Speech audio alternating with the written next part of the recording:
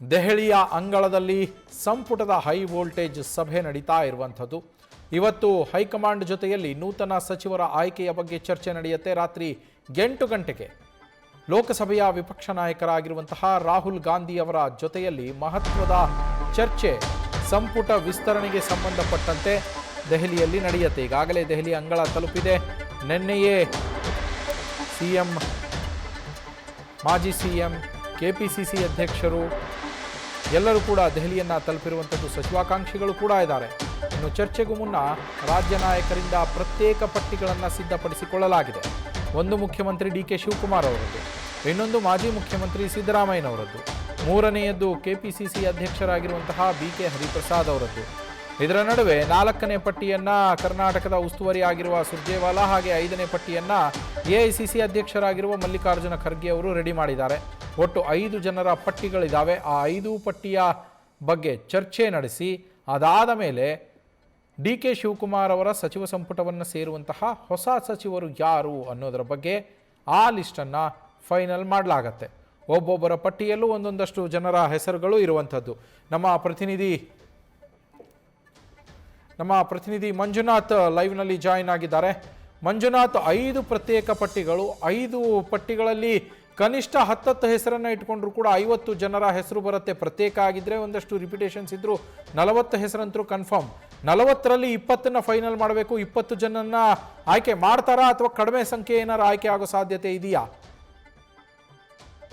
ಇವತ್ತು ಕಾಂಗ್ರೆಸ್ ಹೈಕಮಾಂಡ್ ಮಟ್ಟದಲ್ಲಿ ಒಂದು ಹೈ ವೋಲ್ಟೇಜ್ ಸಭೆ ಕೂಡ ನಿಗದಿಯಾಗಿರುವಂಥದ್ದು. ಪ್ರಮುಖವಾಗಿ ರಾಜ್ಯ ಸಚಿವ ಸಂಪುಟ ವಿಸ್ತರಣೆಗೆ ಸಂಬಂಧಪಟ್ಟಂತೆ ಕಳೆದ ಒಂದು ತಿಂಗಳಿಂದಲೂ ಕೂಡ ಸಾಕಷ್ಟು ಚರ್ಚೆ ಆಗ್ತಿತ್ತು. ಆದರೆ ಹಲವಾರು ಕಾರಣಗಳಿಂದ ಏನು ಕಾಂಗ್ರೆಸ್ ಹೈಕಮಾಂಡ್ ಇದನ್ನು ಮುಂದೂಡ್ತಾನೆ ಬಂತು. ಅದರಲ್ಲೂ ಕೂಡ ಮೊನ್ನೆ ರಾಜ್ಯ ನಾಯಕರು ದೆಹಲಿಗೆ ತೆರಳಿದ್ರು. ಆ ಸಂದರ್ಭದಲ್ಲಿ ನೀಟ್ ವಿಚಾರವಾಗಿ ಏನು ಹೋರಾಟ ನಡೀತಾ ಇತ್ತು, ಹಾಗಾಗಿ ರಾಜ್ಯಕ್ಕೆ ವಾಪಸ್ ಆಗಿದ್ರು. ಆದರೆ ಈಗ ಮತ್ತೆ ಹೈಕಮಾಂಡ್ ಬುಲಾವ್ ಕೊಟ್ಟಿದೆ. ಹಾಗಾಗಿ ನಿನ್ನೆ ಸಿಎಂ ಡಿ ಕೆ ಶಿವಕುಮಾರ್, ಮಾಜಿ ಸಿಎಂ ಸಿದ್ದರಾಮಯ್ಯ ಜೊತೆಗೆ ಬಿ ಕೆ ಹರಿಪ್ರಸಾದ್ ಸೇರಿದಂತೆ ಹಲವು ಹಿರಿಯ ಶಾಸಕರು ಜೊತೆಗೆ ಸಚಿವಾಕಾಂಕ್ಷಿಗಳು ನನಗೆ ದೆಹಲಿಗೆ ತೆರಳಿರುವಂಥದ್ದು.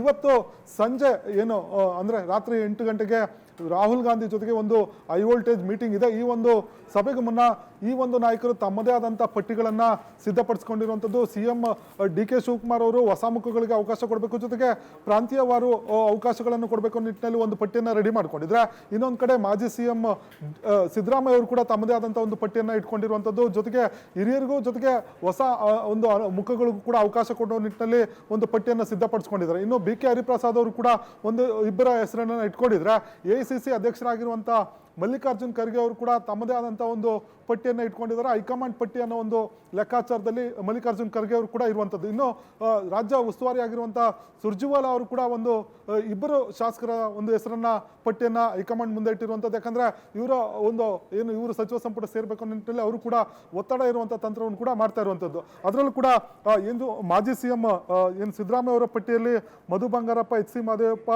ಅಥವಾ ಪುಟ್ಟರಂಗ ಶೆಟ್ಟಿ, ದಿನೇಶ್ ಗುಂಡೂರಾವ್, ಶಿವರಾಜ್ ತಂಗಡಗಿ, ರಾಯರೆಡ್ಡಿ, ಅಜಯ್ ಧರ್ಮಸಿಂಗ್ ಆಗಿರ್ಬೋದು, ರಾಘವೇಂದ್ರ ಹಿಟ್ನಾಳ್, ಜೊತೆಗೆ ಹೊಸದುರ್ಗದ ಗೋವಿಂದಪ್ಪ, ಸಂತೋಷ್ ಲಾಡ್, ಎಂ ಸಿ ಸುಧಾಕರ್ ಅಥವಾ ಶಿವಲಿಂಗೇಗೌಡ, ಪೊನ್ನಣ್ಣ ಅಥವಾ ಅಶೋಕ್ ಪಟ್ಟಣ್, ಹಂಪನಗೌಡ ಬಾದರ್ಲಿ, ಕೋನ್ ರೆಡ್ಡಿ, ರಾಜಣ್ಣ ಅಥವಾ ಅವರ ಪುತ್ರ ರಾಜೇಂದ್ರ ಅವರ ಹೆಸರನ್ನು ಇಟ್ಕೊಂಡಿರುವಂಥದ್ದು. ಜೊತೆಗೆ ಸಿಎಂ ಡಿ ಕೆ ಶಿವಕುಮಾರ್ ಅವರು ಕೂಡ ತಮ್ಮದೇ ಆದಂಥ ಒಂದು ಲಿಸ್ಟನ್ನು ರೆಡಿ ಮಾಡ್ಕೊಂಡಿದ್ದಾರೆ. ಅದರಲ್ಲಿ ಪ್ರಮುಖವಾಗಿ ಮಾಗಡಿ ಶಾಸಕರಾಗಿರುವಂಥ ಬಾಲಕೃಷ್ಣ ಆಗಿರ್ಬೋದು, ಚಲುವರಾಯ ಸ್ವಾಮಿ, ನರೇಂದ್ರ ಸ್ವಾಮಿ ಅಥವಾ ಆನೇಕಲ್ ಶಿವಣ್ಣ ಆಗಿರ್ಬೋದು, ಶರತ್ ಬಚ್ಚೇಗೌಡ ಅಥವಾ ಸುಬ್ಬಾರೆಡ್ಡಿ ಆಗಿರ್ಬೋದು, ಜೊತೆಗೆ ಬಳ್ಳಾರಿಯಿಂದ ನಾಗೇಂದ್ರ ಬಾಬು ಅಥವಾ ನಾರಾ ಭರತ್ ರೆಡ್ಡಿ ಆಗಿರ್ಬೋದು, ಜೊತೆಗೆ ಹಾಸನದಿಂದ ಶಿವಲಿಂಗೇಗೌಡರು, ಜೊತೆಗೆ ಶ್ರೀನಿವಾಸ್ ಮಾನೆ ಅಥವಾ ರುದ್ರಪ್ಪ ಲಂಬಾಣಿ ಅಥವಾ ಅಲ್ಪಸಂಖ್ಯಾತರ ಕೋಟಕ್ಕೆ ಬಂದಾಗ ಸಲೀಂ ಅಹಮದ್ ಅಥವಾ ಆರಿಸ್ ಅವರಿಗೆ ಒಂದು ಸಚಿವ ಸ್ಥಾನ ಕೊಡಬೇಕು ಅನ್ನೋ ನಿಟ್ಟಿನಲ್ಲಿ ಒಂದು ಲಿಸ್ಟನ್ನು ಮಾಡ್ಕೊಂಡಿರುವಂಥದ್ದು. ಇನ್ನು ಸುರ್ಜೇವಾಲಾ ಕೂಡ ಇಬ್ಬರು ಒಂದು ಹಿರಿಯ ಶಾಸಕರ ಒಂದು ಹೆಸರನ್ನು ಇಟ್ಕೊಂಡಿರುವಂಥದ್ದು. ಅದರಲ್ಲೂ ಕೂಡ ಕಾರ್ಮಿಕ ಸಚಿವರಾಗಿ ಕೆಲಸ ಮಾಡಿದಂಥ ಸಂತೋಷ್ ಲಾಡ್ ಆಗಿರ್ಬೋದು, ಜೊತೆಗೆ ಅಜಯ್ ಧರ್ಮಸಿಂಗ್ ಇವರು ಸಾಕಷ್ಟು ಬಾರಿ ಕೂಡ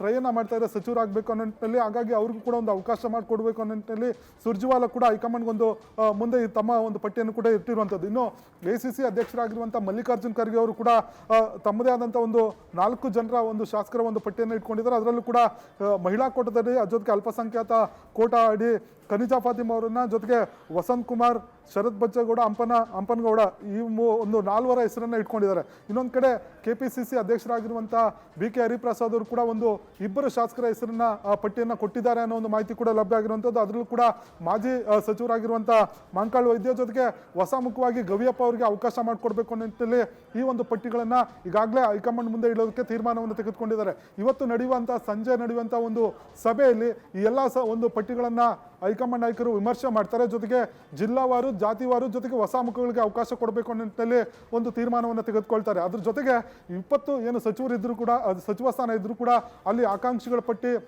ಏನು 40ಕ್ಕೂ ಹೆಚ್ಚು ಜನರು ಶಾಸಕರಿದ್ದಾರೆ. ಹಾಗಾಗಿ ಈ ಒಂದು ಸಭೆಯಲ್ಲಿ ಕೇವಲ 18 ಶಾಸಕರಿಗೆ ಒಂದು ಸಚಿವ ಸ್ಥಾನವನ್ನು ಕೊಡಲಿಕ್ಕೆ ತೀರ್ಮಾನವನ್ನು ತೆಗೆದುಕೊಳ್ತಾರೆ ಅನ್ನೋ ಒಂದು ಮಾಹಿತಿ ಇದೆ. ಯಾಕಂದ್ರೆ ಇನ್ನು ಉಳಿದ 2 ಸ್ಥಾನಗಳನ್ನು ಉಳಿಸ್ಕೊಳ್ಬೇಕು.